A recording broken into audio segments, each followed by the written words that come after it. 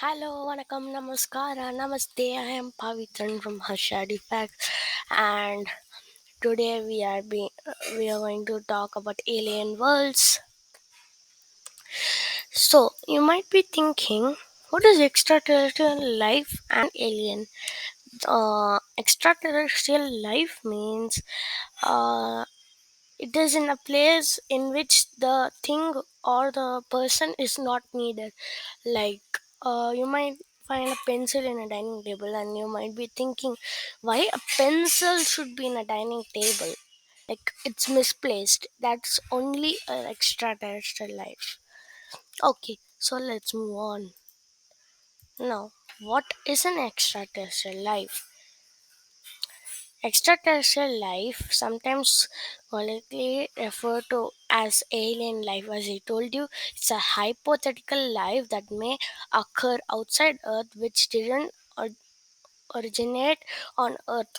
And suppose you take an example of an asteroid only, it didn't like originate in Earth. Uma, it's a great example.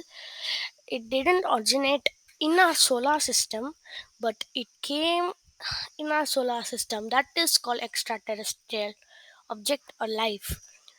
Such life might range from simple prokaryotes or comparable life forms to intelligent beings and even sapient beings, possibly bringing civilization. Fourth civilization. That means first our ancestors, before our ancestors, there might be a life like you heard a story of a dinosaur, like that is a civilization. And I think we have third civilizations, and the fourth civilization may be far advanced than us, like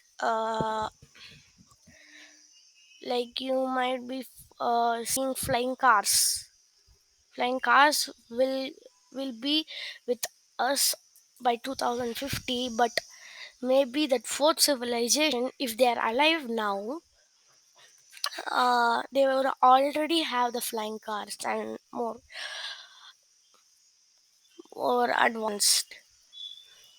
The Drake equation speculates the existence of sapient life elsewhere in the universe. The science of extraterrestrial life in all its forms is known as astrobiology. Now you might be heard of biology and astro.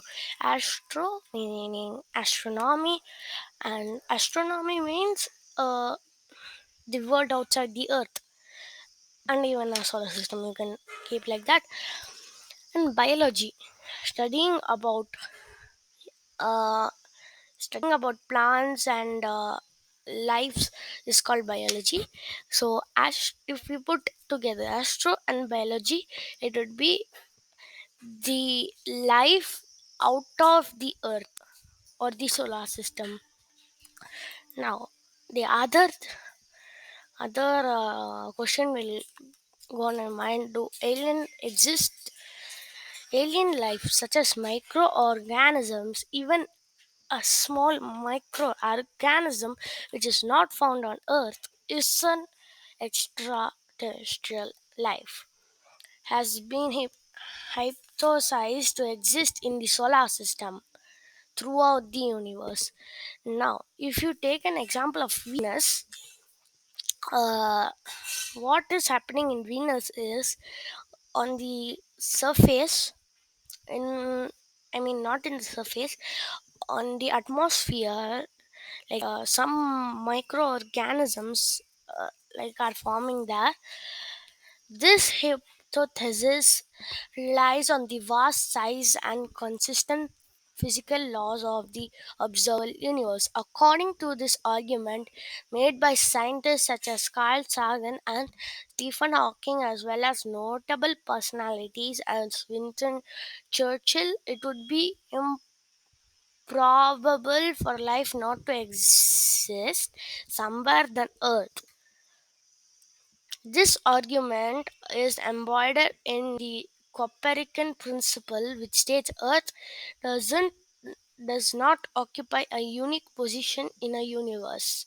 That means now most of us would be thinking Earth is unique, Earth is unique, Earth is the most unique planet in the universe.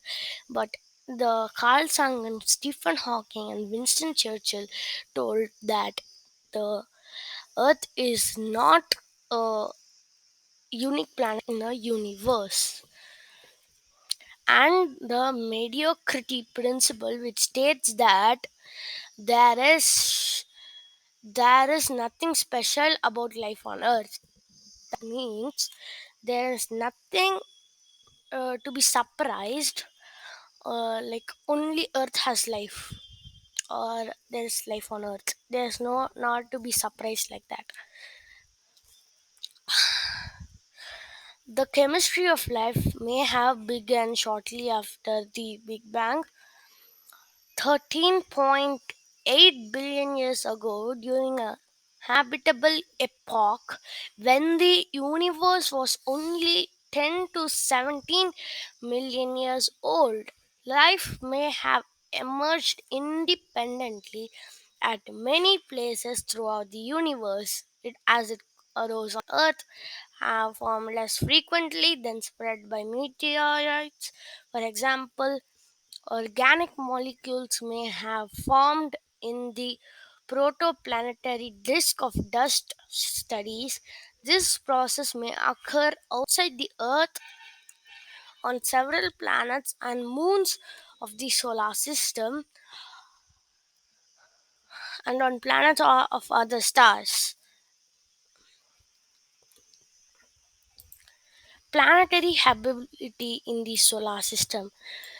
The first I'm going the planet which is most like what do you call that, most famous, Mars. Face on Mars. As you can see here, this is a picture. It looks like a, I'll just do this. It looks like a human's face, which is embedded in the soil for millions of years, fossil, we can tell. Okay. Cytonias is a region on the planet Mars that has attracted both scientific and popular interest. The name originally referred to the albedo feature, distinctively colored area that was visible from earthbound telescopes. The area borders on the plane of Acidalia Planitia and the Arabia Terra Highlands.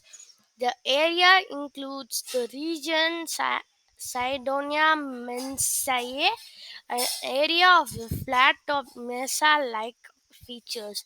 Cydonia Colas, a region of small hills or knobs, and Cydonia Labyrinthus, a complex of intersecting valleys. As with other albedo features on Mars, the name Cydonia was drawn from the classical antiquity, in this case from Cydonia or Kydonia, ancient Greek. Latin is Cydonia, a historic polis city state on island of Crete. Cydonia contains the face on Mars, located about halfway between Arandus crater and Bamberg crater. Now, the word Cydonia is derived from the features on Mars, the physical features of Mars. So, next we go to the smallest and fastest planet, Mercury.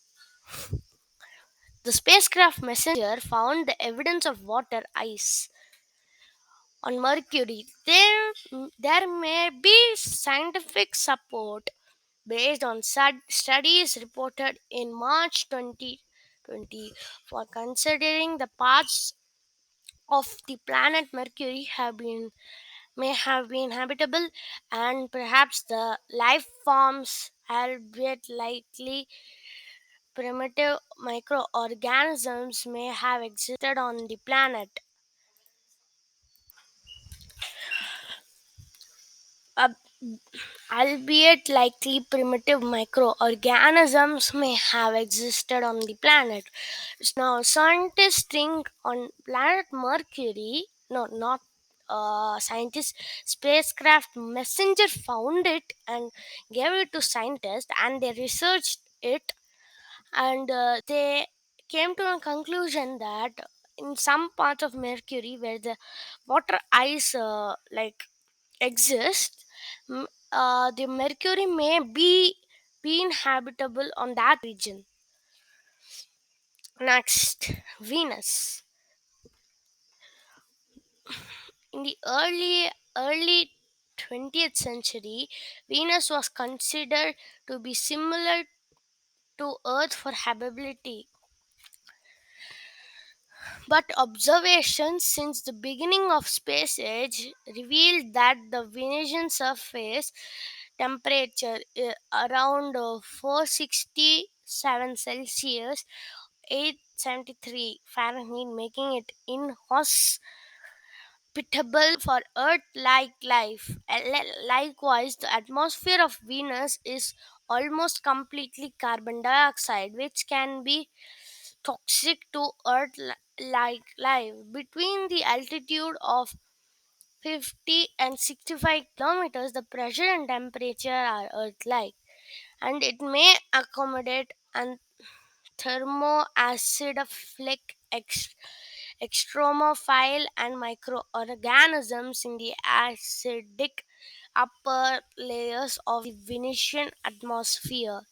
Furthermore, Venus likely had liquid on its surface for at least few million years after its formation. In September 2020, a paper was published announcing the detection of phosphine in Venus's atmosphere in in concentrations that at the time of publication could not explain by known abiotic processes in the Venusian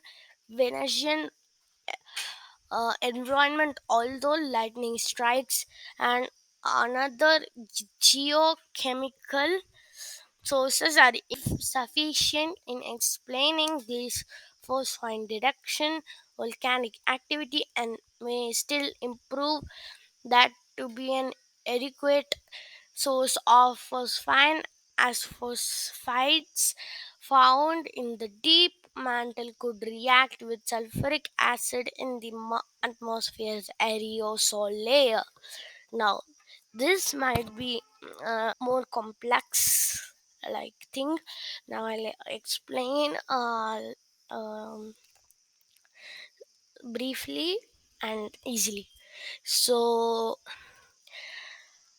in the early 20th century, Venus was considered to be similar to Earth for habitability, but observations since the beginning of space age revealed that Venusian surface the temperature was very high, like 467 Celsius.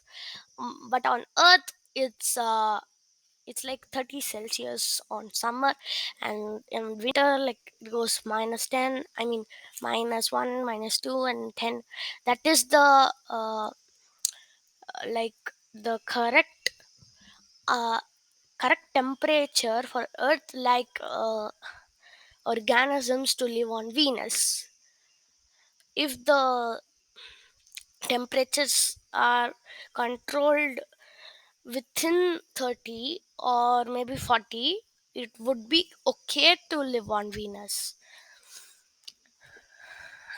Within the altitude of 50 and 65 kilometers, uh, it almost goes from Venus atmosphere. I told you that the weather is like